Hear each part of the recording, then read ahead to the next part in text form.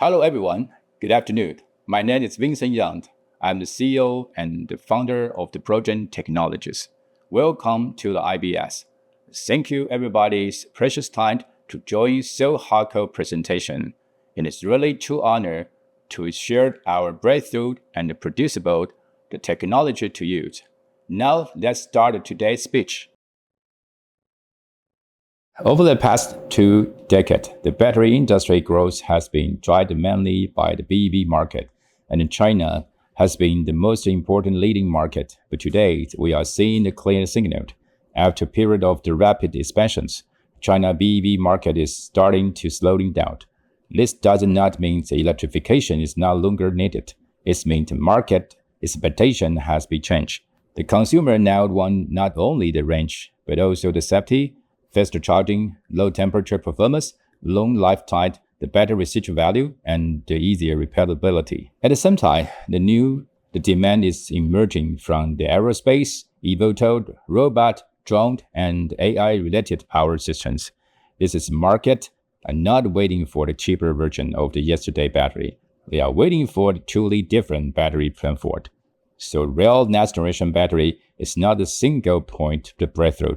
It is ability to repress the safety, energy density, performance, and the manufacturing ability and cost at the same time. And that is exactly why the industry cannot rely on the higher specification demo. The next platform must solve the real consumer pain point together. Otherwise, even if the battery look impressive on the paper, it will not change the purchase behavior at scale. The first industry response has been semi-solid and solid-like and a hybrid system. Some have to reach demo the vehicle and some have to enter the earlier commercialization. But then the unusual pattern has started to appear. The demonstration specification is often very high, while the production specification becomes much lower. This means the technologies may work as a bridge, but the bridge itself is not yet the goal. The suggested this system may serve as the transition technologies, but not yet as the complete answer to the long-term market needed. The second response is the conventional old solid-state battery, or what I want to call next-generation lithium battery version 1. For many years, this route has been presented as the automatic answer. But unlike the semi-solid-state systems, many old solid-state battery approach they still have not reached the simple car-level validation, and that alone the small-scale pilot-line productions. So the question today is no longer whether old solid-state battery sound promising. The real question is whether its core assumption contain myths and the paradox. The first safety myth. Many people assume that once the battery is old solid-state, it must automatically be non-flammable and encourage theft. But this logic is too one-dimensional.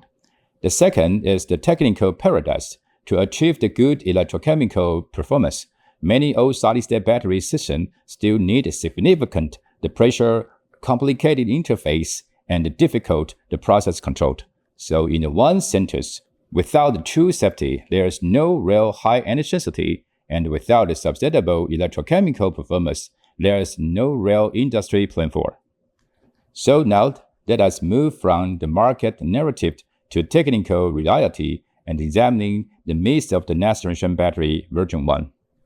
Many people have long believed that once the battery becomes solid state, it will automatically become the non-flammable or at least inherently safer. But if we directly comparing different battery systems under the 760-degree flame test, the result is very clear. The solid state does not automatically mean non-flammables. Among the conventional solid-state routes, only the oxide-based the system comes close to the truly non-burning behaviors. So that its first conclusion is simple. The solid state does not automatically mean intrinsic safety. Today, real oxide solid-state battery is still most fabricated in the way like the ceramic capacitor, with the capacity usually around 0.1 to 1 mAh. By contrast, a practical power cell is usually 25 to 200 Ah, and that is the huge gap between them. In addition, the oxide solid state often required the sintering above the 1006 degree, and electrode materials must survive in the temperature and the limited volume change. Otherwise, the cracking becomes a major issue. So oxide solid-state electrolyte may offer stronger thermal stability, but the true oxide all solid-state power battery is still very difficult. The current major system was still a quasi-solid oxide battery system. Note, let us to focus on the sulfide-based solid-state electrolyte. Its real risk is not limited to the ignitions.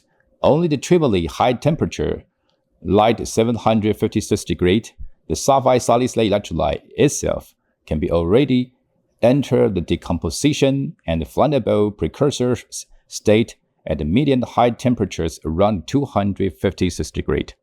Within this temperature range, it may release the sulfur-containing flammable gas and hydrogen sulfide. Once ignited, it can be showed blue to the violet flame behavior and push the system into the thermal chain reactions. So the one set of thermal risks begins much earlier than many people assumed. But what is even more concerning is that, under the certain condition, this process may not require external heating or may not even require oxygens. If the sulfide solid-state electrolyte come into a directly contact with a 4.5 voltage nickel cathode such as the NCA955 or NCA811, the strong oxidation nature of the cathode surface may directly oxidize the sulfur and the phosphorus in the sulfide. And this can be further disturb the leasing state, forming the more reactive leasing relative material, and which may then react again with the cathode active material, namely the metal oxide, and trigger the series of leasing thermal reaction. The resulting behaviors can become very similar to what is observed when the leasing metal powder is directly mixed with the metal oxide, namely violent jet-like combustion. This is also why, in the high temperatures, the combustion test, we observed the magenta-colored flame. The color may indicate not only the combustion of the sulfide itself, but more important than the sulfide solid-state electrolyte may already have transformed into the more dangerous state, such as leasing vapor and the leasing-rich reactor material. If we would move from the flame testing to the arc testing, the message becomes even more directly. Whether it is the liquid electrolyte, the gel-like system, quasi-solid system, or many conventional solid-state battery systems, they can still go through the thermal chain reaction and eventually enter the thermal runaway. So once again, the conclusion is clear. The solid-state battery does not automatically mean high safety. And if the solid-state does not automatically solve the thermal runaway problems, then the next question becomes even more important. Where does the real battery safety risk actually come from? And next, we use the DSC to further identify whether the real thermal risk comes from. We test the heat release behavior of the different cathode and anode active material, including the NCM523, 622, 811, and 955, and including the anode leasing aided, the graphite, 100% silicon leasing alloy, and 100% leasing metals. We also compare some of this material under the two conditions within liquid organic electrolyte and without the electrolyte. The key message is electrolyte may amplify the risk, but the most fundamental thermal source is still the highly charging cathode and highly leasing aided anode active materials. This point matters because many industry discussions focus on whether the electrolyte burns, while the more dangerous the question is whether the active material remained highly energized and reactive. And this becomes even clearer in the more extremely test in the experiment that is the no electrolyte anode. Only the fully charging cathode and highly leasing aided anode active materials are present. They are not in the direct contact, but the gas exchange is allowed. And then the system is tested by arc. The result showed that even without the electrolyte, the highly energized cathode and anode pair can still create the dangerous thermal interactions. So the battery safety cannot be defined only by electrolyte flammability. It must also address the active material when they are in the highest energy state. Next, we move to the second challenge, the technical paradox of the next generation battery version 1. In a battery system, ion migration fundamental more important than the electronic transportations. When we evaluate an electrolyte, we should not look at only one matrix. We need to consider the lithium inventory points close to the lithium ion concentration, lithium ion transfer numbers, ionic conductivity, and interface contact together. If we look only at the bond properties, many solid-state electrolytes appear very attractive. Some offer high lithium ion concentration, some offer lithium ion transfer number close to 1. Some, especially sulfide systems, showed very high ionic conductivity. But once the material moved from the bond property into the real battery cells, the key challenge is no longer just the material itself. The real challenges become the interface and the total system built around that interface. That's exactly why the beautiful bond data doesn't automatically translate into the commercially valid cell platform. The liquid systems usually do not require significant external pressure during the manufacturing or operations. But the sulfide systems often require high pressure during the manufacturing to form the dense content, and during the operations, they may still need a continued pressure to maintain the low interfacial resistance. So the practical question is not whether bond conductivity look good. The real question is whether that the performance can survive in the real cell systems. And once the answer depends on the pressure, the problem moved beyond the chemistry and into the manufacturing architecture and the pack design. That is whether the technical paradox truly begins. The first paradox in the manufacturing, the more we want good solid and solid interfacial contact, the more pressures we need, but the higher the pressure, the more difficult it becomes to be used efficient roll-to-roll production, and the more complicated and expensive manufacturing becomes. The second paradox is in the operation. Even after the cell is made, the pressure still be needed and maintain the contact and performance. But the high-energy cathode and anode material already undergo large volume change during the cycling, so the continued pressures can introduce crackling, the rearrange, and the new defect. The third paradox is at the pack levels. If the cell depends on the external pressure to the world populate, then the pack must also become the mechanical pressure platform, and that makes the system behavior the more complicated and the more expensive.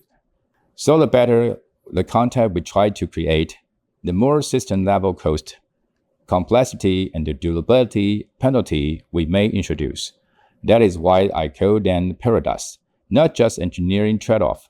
The industry often present them as if they can all be optimized at the same time inside the same version 1 framework.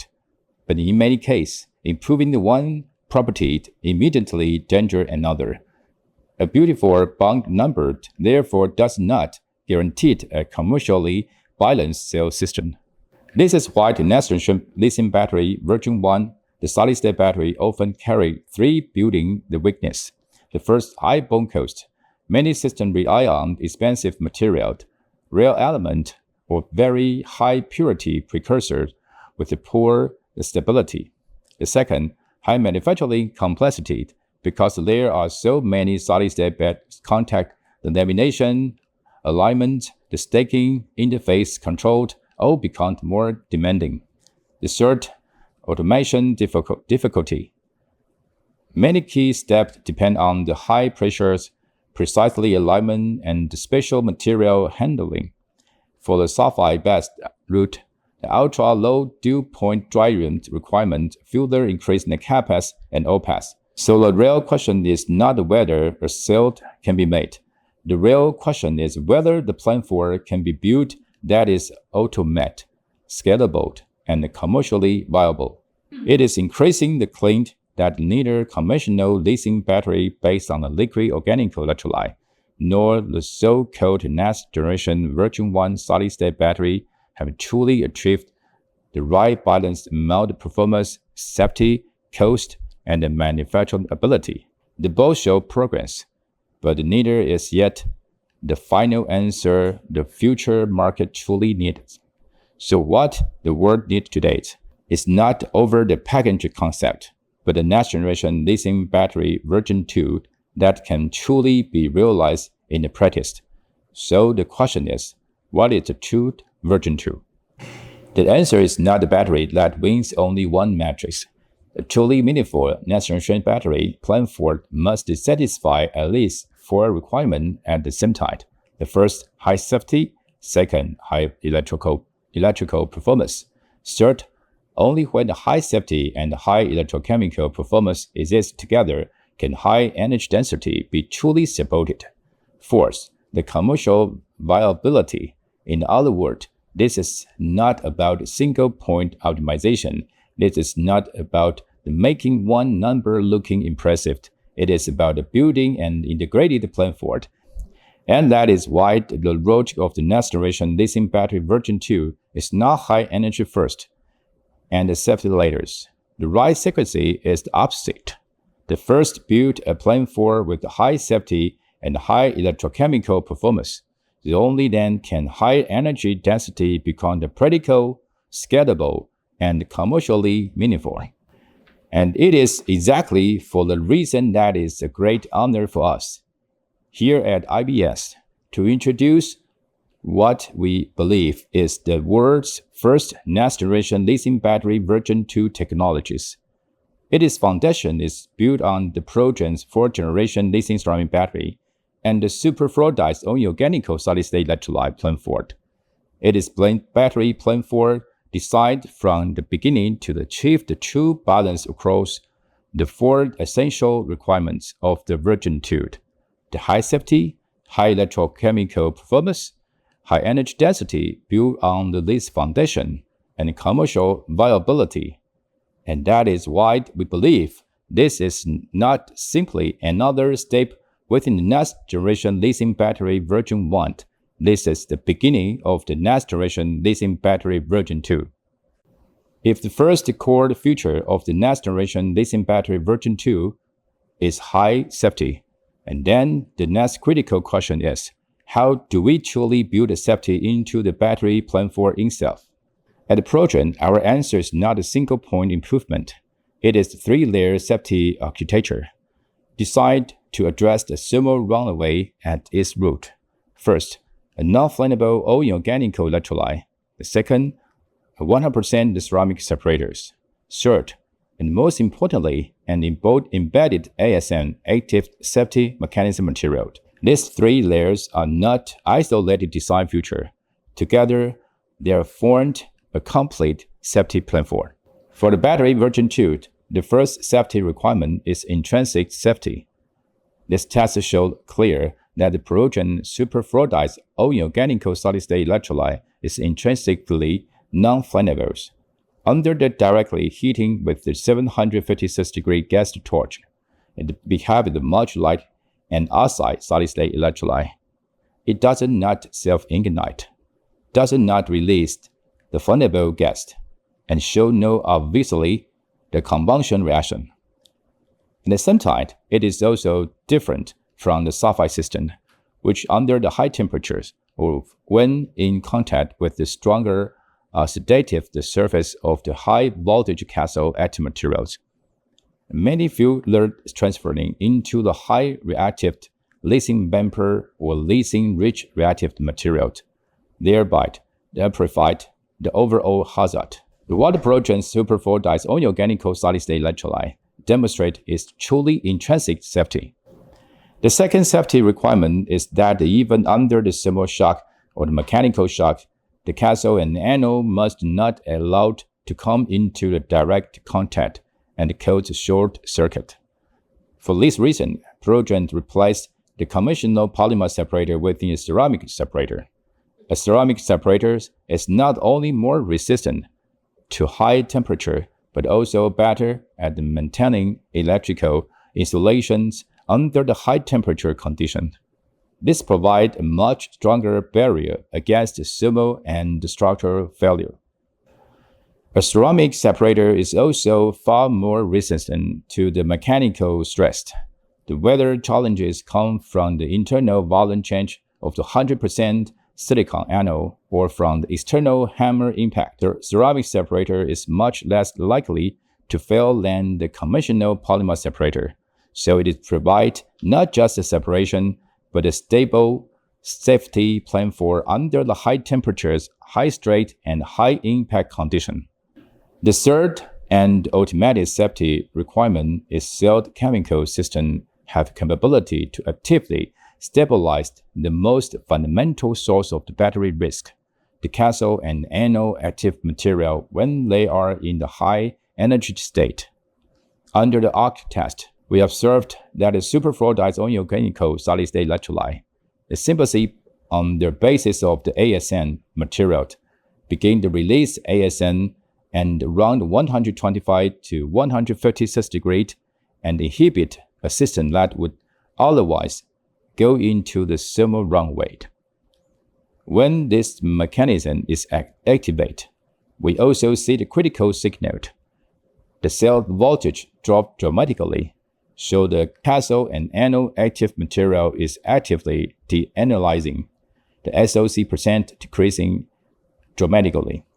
Before the uncontrolled the thermal reaction can occur. This means the battery is not only the non-flammable at the electrolyte levels, it is also able to activate and neutralize the high energy condition of the active material themselves.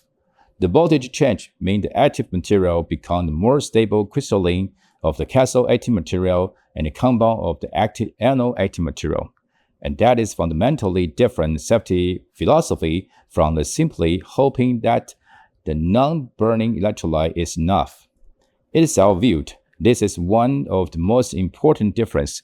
Many systems try to tolerate the active material. Our approach is to actively control them. That is why we described ASN not as a passive property, but as an active safety mechanism at the material and the system level. With these three safety mechanisms working together, the ProLogium lithium battery sealed in the 25 Ah to the 16 Ah range can be withstand 360-degree oven test without a thermal runaway. Whether testing under the 5 degrees per minute or 10 degrees per minute heating rate, the results show stronger potential to withstand cell level thermal propagation condition without entering thermal runaway. So once a battery planned for truly establish high safety, and the next question is whether it can also deliver high electrochemical performance. At the electrochemical levels, what the ProLogium has introduced in either an extension of the liquid electrolyte nor the extension of the conventional solid-state electrolyte, it is served an entirely new electro region, the superfluidized inorganic solid-state electrolyte. The future of the conventional liquid electrolyte is that ions move quickly, but the cation and anion move together, so the lithium-ion transfer number is quite low. Conventional solid-state electrolytes are the opposite. The anions are fixed, so the lithium-ion transfer numbers approach 1. But lithium-ion also strongly constrict by the crystalline lattice, which limit mobility. The ProLogium superfluidized inorganic solid-state electrolyte is built on the dynamic coordination network. In this network, the anionic framework is restricted, while the lithium-ion remains much less constrained and can be migrated very quickly. It is self-isolate. In room temperatures, ionic conductivity is around 50 to 60 ms/centimeter and 5 to 6 times than the liquid electrolyte. So it combined the transport advantage of the fluidity with the directional benefit of the solid light ion selective framework. That is why the third foreign electrolyte should not be described as simple as a liquid, and also not a rigid crystalline solid. It is dynamically coordinated in organic ion transport network. Under operating conditions, it can be provided fixed ion transportation, but it still limits the motion of the anionic. The framework strongly enough to be keep the leasing ion transfer number close to 1. As a result, the superfluidized inorganic solid-state electrolyte achieved three things. The high concentration, the leasing transfer numbers approach 1, and ultra-high ionic conductivity. This is something conventional liquid electrolyte cannot achieve, and something traditional solid-state electrolyte also struggle to achieve the same time. Even more importantly, this system behaves as a non-Newton float. Under the stress, it behaves more like a liquid, allowing it to naturally conform to the surface of the active material and create excellent interfacial contact. When the stress is removed, it behaves more like a solid again, to maintain the stability required of the solid-state system, and that is why it can be truly solved the long-standing interfacial contact paradox of the sulfide solid-state electrolyte. Clearly, when comparing with the LGPS, the superfluidized inorganic solid-state electrolyte can achieve nearly comparable overall performance across the first three core metrics. More importantly, however, it removed the technology paradox caused by the interface contact challenges that sulfide solid-state electrolyte have never been able to fundamentally resolve. This is not merely an improvement in the material, it is fundamental redefined of what a next-generation electrolyte can be. This is project new gift to the wonderful world. High electrochemical performance delivery two predicts benefit, the fast charging and the better low temperatures performance. In fast charging, the fourth generation lithium ceramic battery benefit from the introduction of the superfluidized inorganic solid-state electrolyte, which improved both the charging transferring and ionic conductions. As a result, the 5 to 80% charging time has been reduced from 8.5 minutes to the 6.4 minutes comparing with the third generation. In low temperature operation, the fourth generation can still retain more than the 90% discharge capacity at minus 26 degrees, comparing with the 75% for the third generation. This matters because both the charging speed and the low temperature capability are real user level valued. Is not only the laboratory metrics. Based on the battery version 2 logic, it becomes possible to build a high safety, high performance platform that also enable mass production of the high energy density cell and pack. Because the ProLogium has high safety platform, we are able to use the high energy but high risk material such as the NCN 955 cathode active material and 100% silicon and lithium metal anode active material. Because we also have the high electrochemical performance, so we can introduce the thin film design while still maintaining the low polarization and the stronger ion transportation. As a result, to date, SN10 and SN11 can already achieve the 316 to 400 watt-hour per kilograms and 816 to 940 watt-hour per liters. So high safety here does not force us to sacrifice energy density. It allows us to unlock it. Many battery technologies look attractive and cell leveled, but once they moved the module and pack levels, the original advantage is often consumed by the structural burdens, the thermal management, and the pressure maintenance design, serviceability limit, and the system complexity. In ProLogium platform logic, because the safety, electrochemical performance, and the manufacturing ability are designed together from the beginning, high energy density has a much better chance to be preserved at the system level.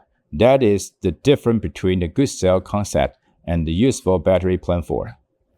Finally, cost has always been one of the biggest barriers preventing the solid-state battery from truly reaching the mass production and the commercialization.